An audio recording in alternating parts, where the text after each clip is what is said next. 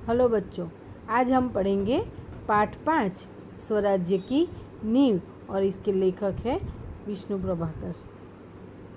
विष्णु प्रभाकर का जन्म मुजफ्फरपुर जिले के मीरनपुर गांव में हुआ था। उन्होंने प्रारंभिक शिक्षा अपने गांव में और उच्च शिक्षा हिसार में प्राप्त की थी। कई वर्षों तक पंजाब सरकार की सेवा करने के बाद सन 1974 में वो दिल्ली आ गए और तब से दिल्ली में रहकर पूर्ण समय के लिए साहित्यिक सेवा में लग गए हैं। आपने कहानी, उपन्यास, जीवनी, नाटक, एकांकी, संस्मरण और रेखाचित्र आदि विधाओं में पर्याप्त मात्रा में लिखा है। आपकी प्रमुख रचनाएं ढलती रात, स्वप्नमयी, संघर्ष के बाद, नौ प्रभात, डॉक्टर, प्रकाश और परछाइयाँ, 12 एकांकी, अशोक, जाने अनजाने और आवारा मसीहा आदि है। विष्णु प्रभाकर की रचनाओं में प्रारंभ से ही स्वदेश प्रेम व राष्ट्रीय चेतना और समाज सुधार का स्वर प्रमुख रहा है। स्वतंत्रता प्राप्ति के बाद आपने आकाशवाणी के दिल्ली केंद्र में नाटक निर्देशन के पद पर काम किया है। स्वतंत्र लेखन को ही अपनी जीविका का साधन बना लिया। आपका समस्त साहित्य मानवीय अनुभूतियों से जुड़ा हुआ है। आपकी रचनाओं में रोचकता एवं संवेदनशीलता सर्वत्र व्याप्त है तथा भाषा सहज व सरल है। प्रस्तुत एकांकी स्वराज्य की नींव में प्रथम स्वतंत्रता संग्राम 1857 में लक्ष्मीबाई के त्याग और संघर्ष का वर्णन किया गया है। स्वराज्य की नींव रखने में स्त्रियों की भी महत्वपूर्ण भूमिका रही है। प्रस्तुत कहानी एकांकी के पात्र स्वराज्य की नींव के पत्थर है, जिनके त्याग, तपस्या व बलिदान के द्वारा भले ही स्वराज्य प्राप्त नहीं हुआ, लेकिन वे स्वराज्य की नींव का पत्थर बनकर जनमानस में देश प्रेम व नव जागरण की भावना को जगाने में अपनी सार्थकता समझते हैं।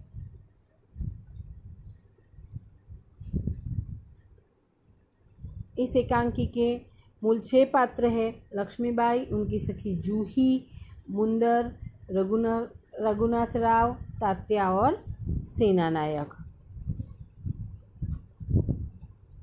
ये पाठ एक नाटक है, इसलिए यहाँ पर रंगमंच बताया गया है। रंगमंच पर युद्ध भूमि का दृश्य अंकित किया जा सकता है। कैंप पास में ही लगा हुआ है। महारानी लक्ष्मीबाई के तंबू का एक भाग दिखाई देता है। पर्दा उठने पर महारानी लक्ष्मीबाई अपनी सखी जूही के साथ उत्तेजित अवस्था में मंच पर प्रवेश करती है। दोनों लाल कुर्ती के सैनिकों की वेशभूषा में है। रंगमंच मतलब स्टेज के ऊपर युद्ध भूमि का दृश्य दिखाई दे रहा है। बाजू में ही कैंप लगा हुआ है और रानी लक्ष्मीबाई का तंबू दिखाई दे रहा है। रानी लक्ष्मीबाई अपनी मित्र या अपनी सखी जूही के साथ स्टेज पर प्रवेश करती है। दोनों ने सैनिकों की वेशभूषा जैसे लाल रंग के कुर्ते पहन रखे हैं। लक्ष्मीबाई: मेरे देखते ही देखते क्या हो गया जूही? झांसी, कालपी, ग्वालियर कहाँ गई? परंतु मंजिल है कि पास आकर भी हर बार दूर चली जाती है। स्वराज्य को आते हुए देखती हूँ, परंतु दूसरे ही क्षण मार्ग में हिमालय अड़ जाता है। उसे पास करती हूँ तो महासागर की डरावनी लहरें थपेड़े मारने लगती है। उनसे जूझती हूँ तो नाविक सो जाते हैं। देखो जूही, उधर क्षितिज पर देखो, कैसी लपलपाती हुई लपटें उठ रही है। सारा आकाश धूमघटाओं से छाया हुआ है। प्रलय की भूमिका है, लेकिन राव साहब है कि रक्तमंडल की छाया में ऐशो आराम में मशगूल है। रानी लक्ष्मीबाई अपनी सखी जूही से कहती है कि झांसी, कालपी, ग्वालियर मेरे देखते ही देखते अंग्रेज़ों के हस्तक हो गए और हम इन किलों को गंवा बैठे हैं। मैं बार बार स्वराज लेने की या प्राप्त करने की कोशिश करती हूँ, पर स्वराज प्राप्त करने की सफलता मेरे पास आकर भी दूर चली जाती है। हम अपनी मंजिल से इतने पास आकर भी बार बार मंजिल से दूर रह जाते हैं। स्वराज्य के मार्ग में आने वाली एक मुसीबत से मैं जूझती और लड़ती हूँ तो दूसरी मुसीबत मेरे सामने हिमालय की भांति आकर खड़ी हो जाती है और क्षितिज की ओर इशारा करते हुए जूही से कहती है कि देखो ये क्षितिज में जो अस्त होते हुए सूरज की लालिमा है वो जैसे आग की भांति लग रही है और लपलपाती हुई लपटें आग की उठ रही हो ऐसा लग रहा है। परंतु राव साहब के ऊपर इन परिस्थितियों का कोई भी असर नहीं हो रहा है। वो तो सिर्फ और सिर्फ अपने भोग विलास में ही मशगूल है, ऐशो आराम में मशगूल है। आवेश में आते आते सहसा मौन हो जाती है। जूही कुछ कहने के लिए मुंह खोलती है कि महारानी फिर बोल उठती है। जूही मैंने प्रतिज्ञा की थी कि मैं अपनी झांसी नहीं दूंगी, लेकिन झांसी हाथ से निकल गई। जूही सहसा तीव्र होकर नहीं, झांसी हाथ से नहीं निकली। मैं अपनी झांसी नहीं दूंगी। मैं अकेली हूँ, लेकिन उससे क्या, मैं अकेली ही झांसी लेकर रहूँगी। रानी लक्ष्मीबाई अचानक तीव्र स्वर में बोलती है कि मैंने प्रतिज्ञा की थी कि मैं अपनी झांसी कभी किसी को नहीं दूंगी, पर वो तो मेरे हाथ से निकल रही है। और अचानक ही कहती है कि नहीं, मैं अपनी झांसी किसी को नहीं दूंगी। मैं अकेली हूँ तो क्या हो गया, मैं अपनी झांसी किसी को नहीं दूंगी, अकेली ही अपनी झांसी को प्राप्त करके रहूँगी। जूही कौन कहता है आप अकेली हैं महारानी, आप तो गीता पढ़ती हैं, फिर यह निराशा कैसी। जूही रानी लक्ष्मीबाई को सांत्वना देते हुए कहती है कि कौन कहता है कि आप अकेली हैं, हम सब आपके साथ हैं। और आप तो गीता पढ़ती है, गीता पढ़ने वाले के मन में ऐसी निराशा कैसी। तब लक्ष्मीबाई कहती है मैं निराश नहीं हूँ, मैं जानती हूँ कि मैं झांसी लेकर रहूँगी, लेकिन क्या तुम नहीं जानती कि उस दिन बाबा गंगादास ने मुझसे क्या कहा था। लक्ष्मीबाई कहती है कि मैं निराश नहीं हूँ, पर मैं ये भी जानती हूँ कि मैं अपनी झांसी वापस लेकर ही रहूँगी। परंतु बाबा गंगादास ने क्या कहा था, जब तक हमारे समाज में छुआछूत और ऊंच नीच के भेद नहीं मिट जाते तब तक और जब तक हम विलास प्रियता को छोड़कर जन सेवक नहीं बन जाते तब तक स्वराज्य नहीं मिल सकता। लक्ष्मीबाई कहती है कि बाबा गंगादास ने कहा था कि जब तक समाज में से भोग विलास नहीं हटता और ऊंच नीच के छुआछूत के भेद कम नहीं होंगे तब तक हमारा स्वराज हमें प्राप्त नहीं हो सकता। वह मिल सकता है केवल सेवा, तपस्या और बलिदान से। स्वराज सिर्फ और सिर्फ सेवा, तपस्या और बलिदान से ही प्राप्त किया जा सकता है। जूही लेकिन महारानी, उन्होंने यह भी तो कहा था कि स्वराज प्राप्ति से बढ़कर है स्वराज्य की स्थापना के लिए भूमि तैयार करना। जूही कहती है कि स्वराज प्राप्त करने से भी पहले और उससे भी ज़्यादा ज़रूरी है उसके लिए भूमि तैयार करना, मतलब कि उसका आधार तैयार करना, स्वराज्य की नींव का पत्थर बनना।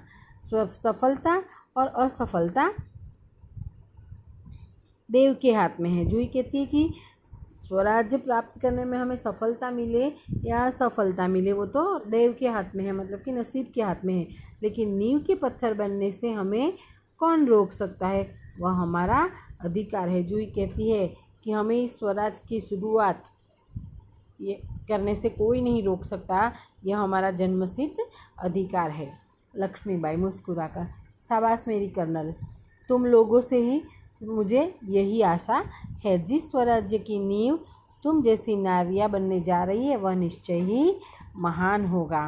रानी लक्ष्मीबाई मुस्कुराकर जूही को शाबाशी देती है और कहती है कि शाबाश मेरी कर्नल, तुम लोग से मुझे यही आशा थी और वह स्वराज बड़ा ही महान होगा जिसकी नींव तुम जैसी नारियाँ बनने जा रही है।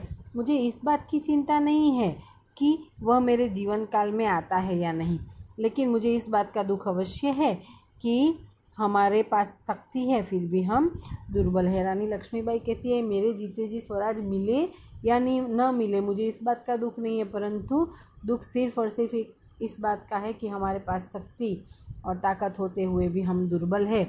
हमारे पास तात्या जैसे सेनापति है फिर भी हमारी सेना में अनुशासन नहीं है।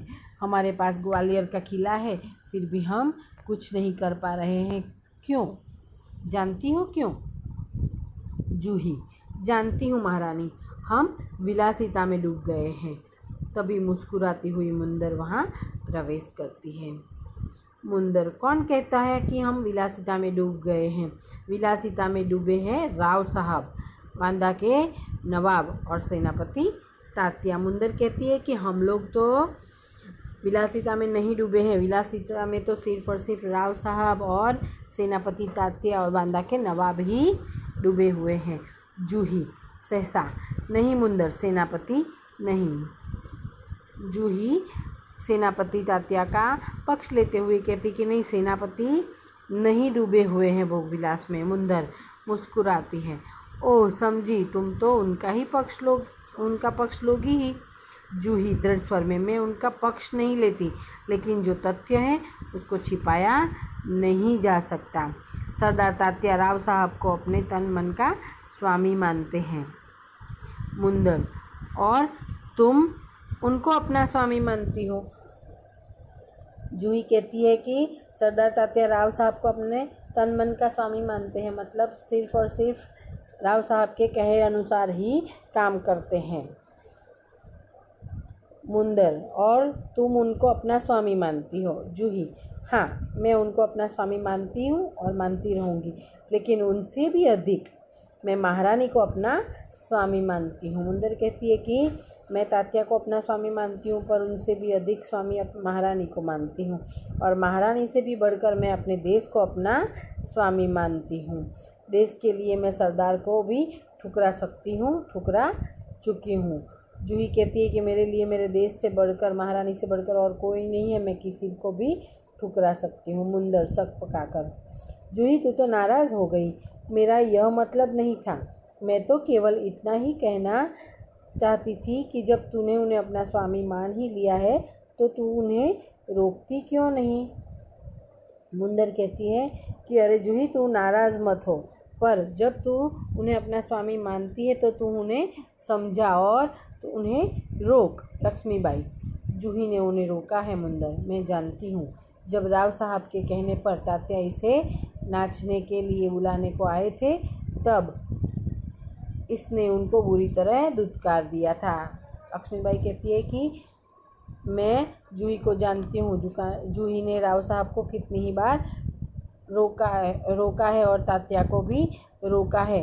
जब राव साहब ने जूही को नाचने के लिए बुलाया था, तब तात्या उन्हें बुलाने के लिए आए थे, तब जूही ने उन्हें बुरी तरह से डांटा था। जूही, हाँ रानी, मैं स्वराज्य के लिए नाच सकती हूँ, बराबर नाचती रही हूँ, परंतु विलासिता में डूबने के लिए अपनी कला को किसी के गले की फांसी नहीं बना सकती हूँ। जो मुझको ऐसा करने के लिए कहते हैं उनको भी मैं ठोकर मार सकती हूँ। जूही कहती है कि राव साहब के कहने पर जब तात्या मुझे बुलाने आए तब मैंने उन्हें डांट दिया था और उन्हें ठोकर मार दी थी। मैं स्वराज्य के लिए नाच सकती हूँ, पर भोग विलास के लिए अपनी कला का प्रदर्शन नहीं कर सकती। लक्ष्मीबाई दीर्घ निश्वास लेकर, ठोकर ही तो नहीं मार सकती जूही, यही दर्द तो हमें कचोट रहा है। अगर ठोकर मारकर हम उनकी मदहोशी दूर कर सकते तो बात ही क्या थी। लक्ष्मीबाई कहते हैं कि हमारी ठोकर से उनकी अगर नींद उड़ जाती या उनकी यह मदहोशी दूर होती तो बात ही क्या थी, हम ठोकर मारकर भी उन्हें नहीं जगा सकते हैं। जूही, भाई साहब, मैं औरों की बात नहीं जानती, मुझे आज्ञा दीजिए, मैं ठोकर मारने को तैयार हूँ। जूही कहती है कि मुझे सिर्फ आज्ञा दीजिए, मैं तात्या को एक ही बार में ठोकर मार सकती हूँ। मुंदर, और मैं भी तैयार हूँ भाई साहब, चलो हम सब चलकर उनकी नींद हराम कर दें। मुंदर कहती है मैं भी तैयार हूँ, हम सब मिलकर इन सभी की नींद हराम कर देते हैं। लक्ष्मीबाई, नहीं मुंदर, नहीं, हम उनकी नींद हराम नहीं कर सकते, अब तो दुश्मन की ठोकर ही उनको उस नींद से जगा सकती है। लक्ष्मीबाई कहती है कि नहीं, अब हमारे हाथ में कुछ नहीं रहा, जब अब दुश्मन की ठोकर लगेगी, मतलब कि दुश्मन उन पर हमला करेगा, तभी वो नींद से जगेंगे। जूही, दुश्मन की ठोकर, यह आप क्या कह रही हैं। लक्ष्मीबाई, हाँ जूही, दोस्त की ठोकर अविश्वास की खाई को और भी चौड़ा कर देती है। क्या तुम नहीं जानती कि हम एक दूसरे को किस दृष्टि से देखते हैं। क्या ऐसी स्थिति में मेरे कुछ कहने से शंकाओं की घटा और भी गहरा नहीं उठेगी। लक्ष्मीबाई कहती है कि जब एक दोस्त कुछ सच्चाई बयान करता है या कुछ सलाह देता है तो वो उन्हें गलत लगती है, मतलब कि दोस्त की ठोकर अविश्वास की खाई को गहरा कर देती है या चौड़ा कर देती है और एक दूसरे को शंका की दृष्टि से देखने लगते हैं। परंतु जब दुश्मन ठोकर मारता है तो नींद उड़ जाती है या आंखें भी खुल जाती है। मुंदर, भाई साहब ठीक कहती है। शंकाएं अविश्वास पैदा करेगी और उस अविश्वास से उत्पन्न निराशा को दूर करने के लिए पायल की झनकार और भी जनक उठेगी। जूही कहती है कि हाँ भाई साहब ठीक कहती है। अगर उनके मन में हमारे लिए शंका और अविश्वास पैदा होगा तो वो और अपनी शंकाओं को, अविश्वास को दूर करने के लिए और भोग विलास में डूब जाएंगे। पायल की झनकार और भी जनक उठेगी, मतलब और भोग विलास और नाच गान में रचे रहेंगे। श्रीखंड और लड्डुओं पर जान देने वाले ब्राह्मणों के आशीर्वाद का स्वर और भी तेज हो उठेगा। सहसा कहीं दूर से तोपों का स्वर सुनाई उठता है। इस तरह से लक्ष्मीबाई, मुंदर और जूही बात कर रहे हैं, तभी तोपों की आवाज़ आती है। लक्ष्मीबाई और जूही, तू अगर तात्या को खोज सके तो तुरंत उन्हें यहाँ आने के लिए कह। रानी लक्ष्मीबाई जूही से कहती है कि अगर तू तात्या को ढूंढ सके तो ढूंढ और उन्हें यहाँ आने के लिए कह। जूही, खोज क्यों नहीं सकती? आपकी आज्ञा होने पर तो मैं उन्हें पाताल से भी खींचकर ला सकती हूँ। और जाने के लिए मुड़ती है कि रघुनाथ राव तेजी से प्रवेश करते हैं। रघुनाथ राव, महारानी आपने सुना? लक्ष्मीबाई, क्या रघुनाथ राव? महारानी, जनरल रोज की सेना ने मुरार में पेशवा की सेना को हरा दिया। जूही कांपकर, क्या पेशवा की सेना हार गई? लक्ष्मीबाई, पेशवा की सेना हार गई, यह अच्छा ही हुआ। अब पेशवा की आंखें खोलेगी। रघुनाथ, अपनी सेना को तैयार होने की आज्ञा दो।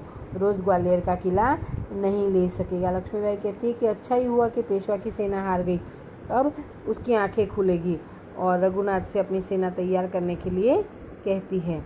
रघुनाथ कहता है कि मैं जानता हूँ वह कभी नहीं ले सकेगा, मैं अभी सेना को कूच के लिए तैयार करता हूँ, सिर्फ आपको सूचना देने के लिए आया था। और यह कहकर रघुनाथ चला जाता है।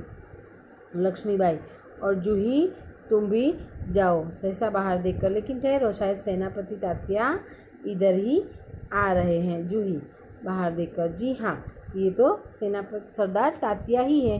सरदार तात्या का प्रवेश। जब रानी लक्ष्मीबाई रघुनाथ को सेना तैयार करने के लिए आदेश देती है और जूही को भी जाने के लिए कहती है, तभी अचानक सेनापति तात्या वहाँ पर आते हैं और रानी लक्ष्मीबाई जूही को रोक देती है और कहती है कि रुको, सरदार तात्या यहीं पर आ रहे हैं। लक्ष्मीबाई, कहिए सरदार तात्या, आज आप इधर कैसे भूल पड़े? तात्या, भाई साहब, मैं किसी के लिए सरदार हो सकता हूँ पर आपके लिए तो सेवक ही हूँ। लक्ष्मीबाई व्यंग से, इतने बड़े सेनापति को इस प्रकार एक नारी के सामने झुकते लज्जा नहीं आती? खैर छोड़ो इस बात को, यह तुम्हारी विनम्रता है। रानी लक्ष्मीबाई सरदार तात्या को ताना मारते हुए कहती है कि तुम इतने बड़े सेनापति होकर तुम्हें एक नारी के आगे झुकते हुए लज्जा नहीं आती? और फिर कहती है कि ठीक है, कोई बात नहीं, छोड़ो इस बात को, तुम्हारी विनम्रता है। लेकिन यह तोपों की आवाज़ कैसी आ रही है? कौन सा उत्सव मनाया जा रहा है? रानी लक्ष्मीबाई जानती है कि ये युद्ध की और दुश्मन की तोपों की आवाज़ है, फिर भी तात्या को ताना मारते हुए कहती है कि शायद कोई उत्सव मनाया जा रहा है, शायद चाटुकारों में जागीर बांटना अभी ख़त्म नहीं हुआ है। तब तात्या कहते हैं, भाई साहब, आपको हमें लज्जित करने का पूरा अधिकार है, हम इसी योग्य हैं, लेकिन जो कुछ हो रहा है वो आप जानती ही है।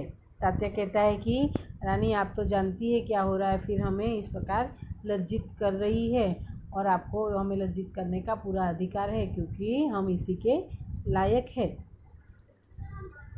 लक्ष्मीबाई, शायद ब्रह्मभोज के उपलक्ष्य में ये तोपें चल रही है। श्रीखंड और लड्डुओं के लिए घी और शक्कर की कमी तो नहीं पड़ी? लक्ष्मीबाई कहती है कि शायद ब्रह्म भोजन के उपलक्ष्य में ये सारी तोपें चलाई जा रही है। ब्रह्म भोजन में शक्कर और घी की कमी तो नहीं पड़ी लड्डू बनाने में? जूही, सरकार, इस बार इनको माफ़ कर दीजिए, जब लक्ष्मीबाई इस प्रकार ताने कस रही है तात्या को, तब जूही कहती है कि सरकार इस बार इनको माफ़ कर दीजिए। तात्या व्यग्र होकर, भाई साहब आप यूं कब तक फटकारती रहेंगी? लक्ष्मीबाई, तू कहती है अच्छा, लेकिन लक्ष्मीबाई कहती है कि ठीक है जूही, तू कहती है तो मैं इस बार माफ़ कर देती हूँ। लेकिन तभी मुंदर अंदर प्रवेश करती है। मुंदर, सरकार सेना तैयार है। लक्ष्मीबाई, तो मैं भी तैयार हूँ। तात्या, तुमसे मुझे बहुत आशाएं थी, तुम्हारे रहते ये सब क्या हो गया? और जाते जाते लक्ष्मीबाई कहती है कि तात्या, मुझे तो तुमसे बहुत आशाएं थी, तुम्हारे रहते हुए क्या हो गया? अंग्रेज हमारे सारे किले कैसे ले गए? जूही, सरकार ये स्वामी भक्त है। जूही तात्या का पक्ष लेते हुए कहती है कि ये तो स्वामी भक्त है, मतलब कि जैसे राव साहब जिस प्रकार इनसे कहेंगे वैसे ही वे करेंगे। लक्ष्मीबाई, लेकिन आज हमें देशभक्तों की आवश्यकता है। खैर, अब भी कुछ नहीं बिगड़ा, अब भी बहुत कुछ किया जा सकता है। लक्ष्मीबाई कहती है पर अभी हमें स्वामी भक्तों की नहीं, देशभक्तों की आवश्यकता है। पर अब भी हमारा कुछ भी नहीं बिगड़ा, अभी भी हम बहुत कुछ कर सकते हैं। तात्या, इसीलिए तो आया हूँ भाई साहब, आप जो कहेगी वही करूँगा, जो योजना बनाए उसी पर चलूँगा। लक्ष्मीबाई, तो जाओ तलवार संभाल लो, नूपुरों की झनकार के स्थान पर तोपों का गर्जन होने दो। मतलब कि राव साहब की गुलामी छोड़कर लक्ष्मीबाई उनसे कहती है कि तुम राव साहब की गुलामी छोड़कर और नूपुरों की झनकार से बाहर आकर तलवार संभाल कर तोपों की आवाज़ को सुनो। मतलब कि युद्ध भूमि में युद्ध लड़ने के लिए जाओ, भूल जाओ राग रंग, याद रखो हमें स्वराज्य लेना है, हमें रणभूमि में मौत से जूझना है। और कहती है कि हमें मौत से लड़ना है हमारी युद्ध भूमि में। तात्या, महारानी आपकी जय हो, मैं युद्ध के लिए तैयार होकर आया हूँ। तात्या कहता है मैं तो युद्ध के लिए तैयार होकर ही आया हूँ। लक्ष्मीबाई, जानती हूँ, लेकिन सेनापति इस बार यह याद रखना कि यदि दुर्भाग्य से विजय न मिल सके तो तुम्हें सेना और सामग्री दोनों को दुश्मन के घेरे से निकाल कर ले जाना है। लक्ष्मीबाई कहती हैं कि अगर हमें इस युद्ध में दुर्भाग्य से विजय न मिले और हम हार जाए तो तुम्हें हमारी सेना को और हमारी सामग्री को सही सलामत दुश्मन के घेरे से निकाल कर वापस लाना है। तात्या, ऐसा ही होगा। लक्ष्मीबाई, तात्या, मेरा मन कहता है कि यह मेरे जीवन का अंतिम युद्ध है, जीत हो या हार, मुझे किसी बात की चिंता नहीं। चिंता केवल इस बात की है कि हमारी वीरता कलंकित न हो पाए। लक्ष्मीबाई को मन ही मन आभास हो गया था कि शायद उनके जीवन का यह अंतिम युद्ध है, और जाते जाते कहती है तात्या से कि मुझे लग रहा है कि ये मेरा अंतिम युद्ध है, परंतु जीत हो या हार मुझे कोई चिंता नहीं है, सिर्फ हमारी वीरता को कलंक न लगे इस बात की ही मुझे चिंता है। तब तात्या कहता है भाई साहब, वीरता आपको पाकर धन्य है, आपके रहते कलंक हमारी छाया को छू भी नहीं सकेगा, आज्ञा दीजिए, प्रणाम। तात्या कहता है कि आप जैसी वीर नारी को पाकर वीरता भी धन्य हो जाती है, और आपके जीते जी तो कलंक हमारी छाया को छू भी नहीं सकेगा। लक्ष्मीबाई, प्रणाम तात्या, मैं सीधी युद्ध भूमि में जा रही हूँ, देर न लगाना। तात्या चला जाता है। लक्ष्मीबाई कहती है कि मैं युद्ध भूमि में जा रही हूँ, तुम भी आने में देर मत करना। मुंदर, सरकार आज मैं बराबर आपके साथ रहूँगी। जूही, और मैं तोपखाना संभालूंगी। लक्ष्मीबाई, और हम सब मिलकर या तो स्वराज प्राप्त करके रहेंगे या स्वराज की नींव का पत्थर बनेंगे। जूही और मुंदर कहती है कि आज हम बराबर आपके साथ रहेंगे युद्ध में, मैं, और जूही कहती है कि मैं तोपखाना संभाल दूंगी। तब लक्ष्मीबाई कहती है कि हम सब मिलकर स्वराज प्राप्त करने की कोशिश करेंगे, और अगर स्वराज नहीं मिल पाया तो कोई बात नहीं, पर स्वराज की नींव के पत्थर तो ज़रूर बनेंगे। और हर हर महादेव कहकर तीनों हर हर महादेव का उद्घोष करती है। पृष्ठभूमि में यही उद्घोष उभर कर आता है, मतलब कि स्टेज के पीछे से हर हर महादेव का नाद सुनाई देता है, जो मंच पर प्रकाश के धुंधलाते न धुंधलाते सब कहीं छा जाता है। फिर धीरे धीरे शांति छाने लगती है, प्रकाश उभरने लगता है और पृष्ठभूमि में गीता पाठ का स्वर उठता है।